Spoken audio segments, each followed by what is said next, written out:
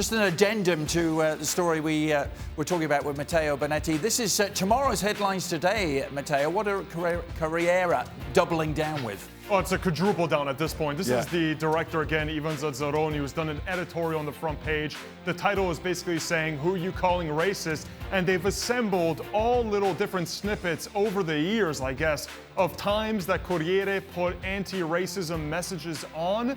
So they're not budging, despite the entire world seeing what was wrong.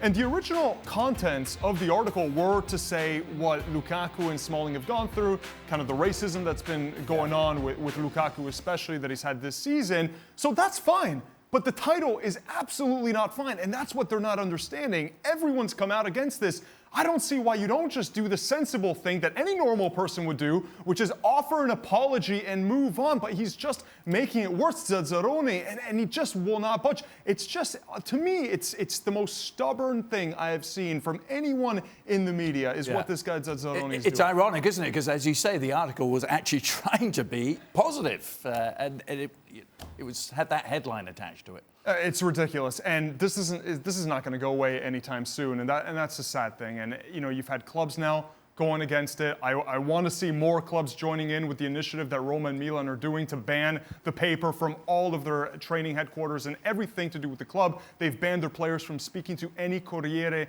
journalist, but that's only until January 1st. This is only till the end of the year. The year ends pretty quickly. How about some other clubs getting involved? Don't keep it just to Twitter. Actually do something to make them understand. Why keep it to the clubs? Why doesn't the government get involved? This is, you know, we keep talking. Everybody keeps saying it's a culture. And when it happens in football grounds, then the Italian FA start pointing the finger at the clubs, and then it's down to the clubs. Now the government's got an opportunity to step in and do something. Why can't they do that?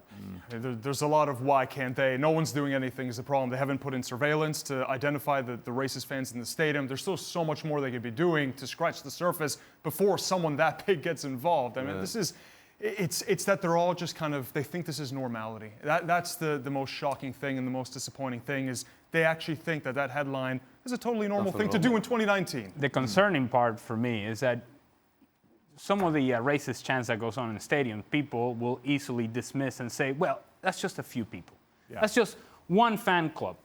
And then it happens in another team. Well, that's just two fan clubs. That's just a couple of guys, idiots over here and over there that are saying these things.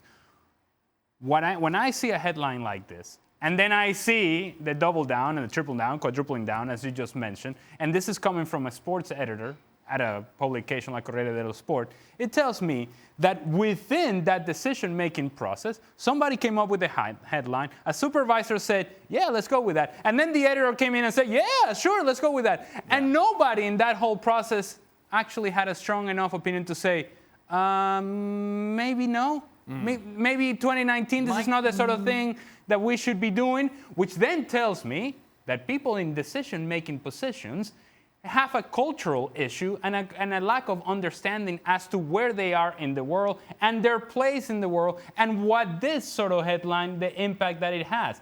That disconnect and that unawareness and that ignorance, because there's no other way to put it, is a cultural issue that permeates throughout Italian society because we keep seeing it time and time again. It's not just two idiots over there. It's not just two idiots over there. This is systemic. It's across the board. And until the culture doesn't change and realizes that this is wrong, then we're going to keep seeing it time and time again. Thanks so much for watching ESPN on YouTube. And for more sports highlights and analysis, be sure to download the ESPN app. And for premium content and live streaming, subscribe to ESPN Plus.